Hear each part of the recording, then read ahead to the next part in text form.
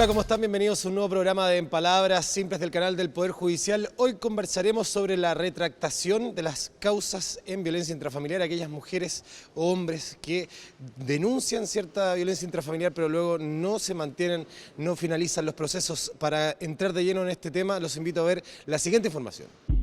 La Ley 19.325, promulgada el año 1994, fue la primera ley en Chile que sancionó la violencia intrafamiliar.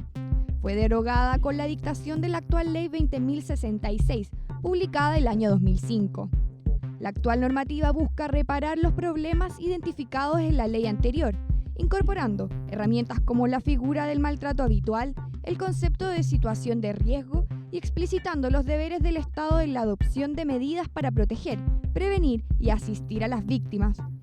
Hoy el principal problema que detectan los tribunales es el desistimiento de las víctimas, mayoritariamente mujeres, es decir, el abandono voluntario del procedimiento judicial.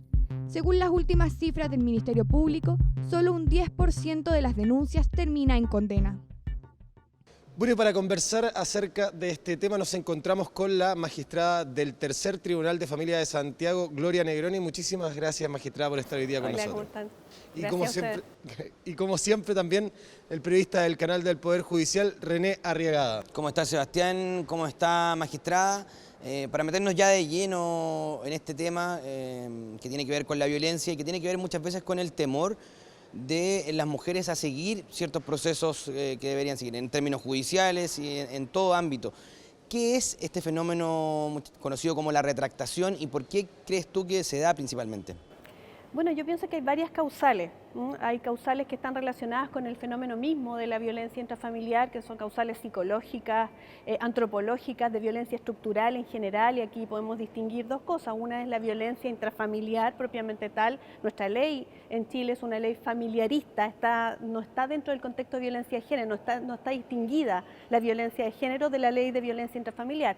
Entonces, lo primero que hay que entender es que dentro de esta violencia intrafamiliar encontramos violencia de género y muchas de las causales tienen que ver con fenómenos sociales y culturales que están arraigados en la sociedad y que tienen que ver con estereotipos de lo que entendemos como los roles de los hombres y las mujeres. Y en eso muchas veces tener en cuenta que la crianza, la educación, ¿no es cierto?, mientras siga perpetuando estos roles estereotipados en relación a lo que la mujer debe hacer o a lo que el hombre debe hacer y a lo que no debe hacer cada uno de ellos, eso va a seguir perpetuando también estos flagelos de violencia.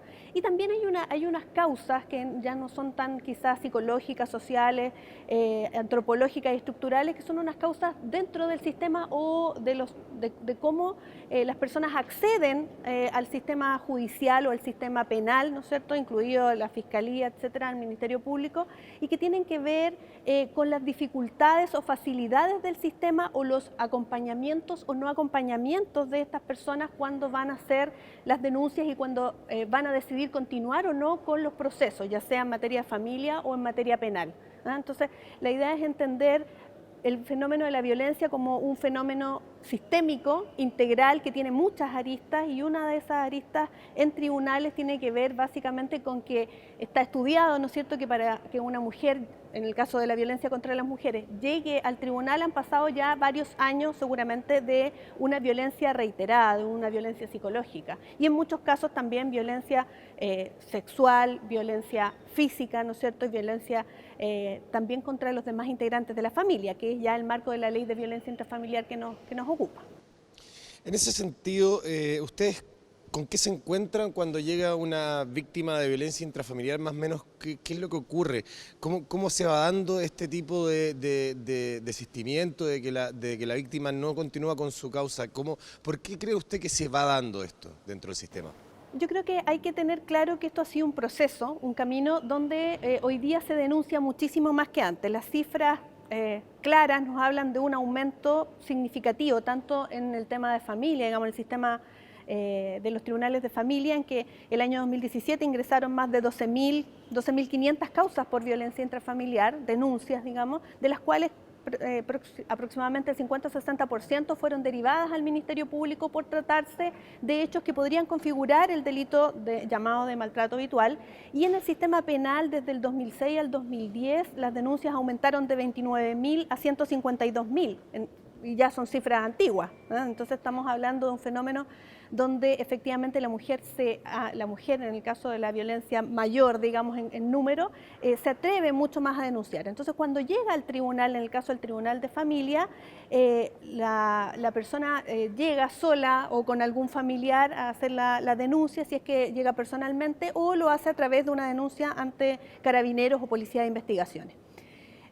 La gran novedad quizá en este tema es que hoy día las personas no tienen que pasar por el tribunal de familia para denunciar un delito de maltrato habitual, un posible delito de maltrato habitual. En el año 2017, y a propósito de todas estas cifras y de todos estos avances, digamos, que se han hecho tanto en la judicatura de familia como en las políticas de persecución penal y lo que ocurre también en el sistema penal, se modifica la ley de violencia intrafamiliar y se establece que las personas pueden ir directamente a denunciar este delito ante los tribunales penales. Pero cuando se produce la denuncia en tribunales de familia, la mayoría de las veces ocurre que se dan todas las cautelares del caso, las medidas cautelares. ¿Qué implica esto? Que si el objetivo de la persona que va a hacer la denuncia, en este caso en general las mujeres, es intervenir la situación para efectos de que se saque al agresor de la casa, del hogar común, digamos, o se le prohíba el acercamiento para no sentirse en riesgo por el miedo que siente, esas medidas cautelares se otorgan en más de un 60% de los casos. O sea, estamos hablando de cifras de alrededor de 15.000, 16.000, 18.000 medidas cautelares, digamos, bianualmente, en los juzgados de familia de Santiago, al menos, en lo que se refiere al Centro de Medidas Cautelares, que es un centro especializado en Santiago para precisamente atender preferentemente las causas de violencia intrafamiliar y las causas de protección a de niños gravemente vulnerados o amenazados en sus derechos. Entonces ocurre que la mujer que llega allí llega sola. Lamentablemente el artículo 18 de la Ley de Tribunales de Familia exime a la mujer de la comparecencia con abogado. Y eso, si bien en algún momento se pensó que podría ser una gran puerta de acceso a la justicia, tenemos que entender que el sistema de justicia, los tribunales, ya sean de familia como penales u otros, deben ser la última ratio. Vale decir, el último lugar donde debemos llegar es a los tribunales. Sin embargo, eso no quiere decir que en los casos de medida cautelar no sea el lugar donde vamos a solicitar una medida cautelar urgente, todo lo contrario, es en los tribunales donde vamos a tener la intervención precisa y adecuada para precisamente poder intervenir en esta situación. Entonces, de ahí la importancia de la denuncia. El punto es que efectivamente, si nosotros entendemos el fenómeno de la violencia y el objetivo de esta mujer que llega en la mayoría de los casos, y lo que quiere es, como digo, que se prohíba el acercamiento y sacar a este hombre o a esta persona de su vida, se consigue rápidamente porque la efectividad del sistema en materia de familia hace que inmediatamente se le den las medidas cautelares, ¿ya? Y eso porque la ley así lo señala, en el sentido de que inmediatamente y con el solo mérito de la denuncia, el juez de familia debe, o sea, es imperativo, debe otorgar las medidas cautelares del caso. Entonces, si yo ya he conseguido el objetivo, que es que me proteja, que el sistema me proteja, ¿cierto? Lo más probable es que no vaya a querer continuar adelante en el sistema penal, porque al contrario, el sistema penal obviamente tiene otros tiempos y tiene también otro estándar, ¿no es cierto? Y por lo tanto ya la investigación que tiene que realizar el Ministerio Público va a comprender al menos 60 días. Y en esos 60 días, donde todavía tiene las medidas cautelares que se le han otorgado a familia, si es que ya pasó por los tribunales de familia, en esos 60 días ya se produjo un decante de la situación, salvo que sea una situación de muy alto riesgo, muy grave, donde el agresor insistentemente va a desacatar incluso las medidas cautelares, que es lo que pasó, creo, en este caso muy bullado últimamente, que es el caso en que se condenó a 10 años y un día a un agresor reiterado de violencia intrafamiliar y desacato. Entonces, la verdad que la eficacia del sistema de justicia hace que esta mujer tenga su medida cautelar, pero así como entra al tribunal sola, sale también del tribunal sola. El artículo 18, como decía, no obliga a que esta persona tenga un asesor letrado y tampoco determina la medida preventiva obligatoria de que tenga que ser asesorada esta mujer y acompañada por todo un sistema integral que implica terapia psicológica que la refuerce y empodere para que ella sostenga el procedimiento en materia de familia o en materia penal, si es que se queda en el ámbito de familia. Entonces, además de eso, influyen causales como la dependencia económica. Vale decir, si la víctima depende del agresor, obviamente que eso va a implicar también una posible retractación o que la persona lo piense bastante antes de seguir adelante un proceso contra el que tiene que pagar una pensión alimenticia, teniendo además presente que la pensión alimenticia también hay que solicitarla y se tiene que decretar en tribunales, y para eso también se necesita un abogado. Entonces, lo ideal sería que a través del Ministerio de la Mujer y Equidad de Género hubiera un acompañamiento desde que la mujer o antes que la mujer presente la denuncia, y que la apoye y la acompañe en todo este proceso, y también haga un seguimiento de lo que ocurre una vez que se decretan las medidas cautelares del caso. ¿Eso existe de alguna manera? O se va la causa al Tribunal Penal. En la actualidad hay algo que en este caso acompañe si las mujeres van, porque es un tema de política pública. De política pública que al parecer no está tan presente, y además con la calificación de los delitos también, porque... Sí, claro. Existen lo que se llaman los centros de la mujer, que son a nivel comunal. Entonces nosotros en tribunales de familia en general, cuando decretamos las medidas cautelares, también decretamos el ingreso de la mujer al centro de la mujer de la comuna en que vive, ¿no? Y eso implica un acompañamiento y un asesoramiento, pero lo decretamos nosotros, o sea, ya está la intervención judicial, y depende de la víctima en este caso si es que decide ir, asistir o no, concurrir o no a este centro de la mujer. Entonces, lo ideal sería que la intervención fuera muchísimo más preventiva, bastante más integral, y que tuviera un seguimiento. ¿Qué implica eso? Que una vez que se pasó por el sistema judicial, se obtuvo la medida cautelar o no, y la mayoría de los casos se obtiene, esta causa tuviera un seguimiento. Entonces, ¿qué se hace, por ejemplo, en tribunales de familia en Santiago, en este centro especializado que ve estas causas de violencia intrafamiliar, con jueces preferentes que están para eso, preparados y especializados?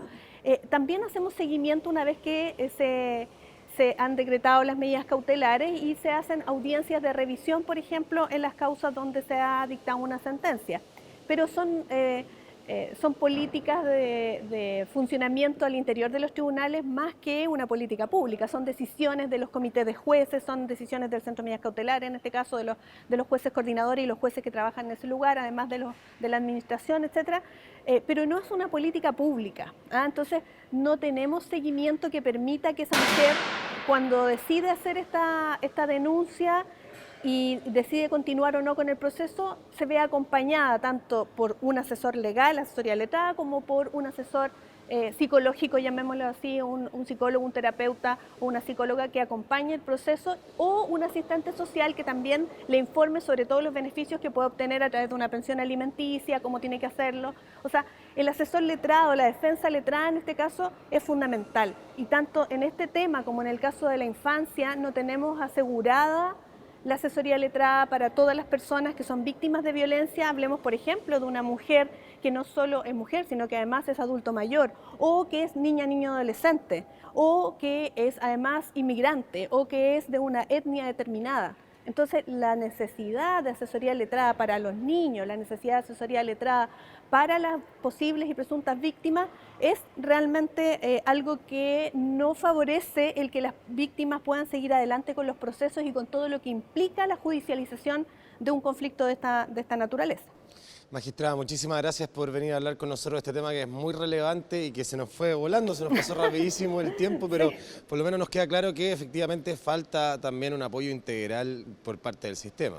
Claro, lo importante es tener en cuenta que en definitiva en los tribunales estamos haciendo lo que hay que hacer, estamos decretando todas las medidas cautelares del caso, las cifras así lo indican, y que hay una sensación en la comunidad de que en el caso de los tribunales de familia somos muy eficientes, y efectivamente a través de esta especialización de los jueces se está logrando realmente relevar estos temas. Tanto es así que el Centro de Medidas Cautelares hoy día incluso está pretendiendo ser un tribunal quizá en algún momento pronto, para poder tener toda la infraestructura y todo lo que implica esta especialización de manera clara. Así que contenta también por la invitación.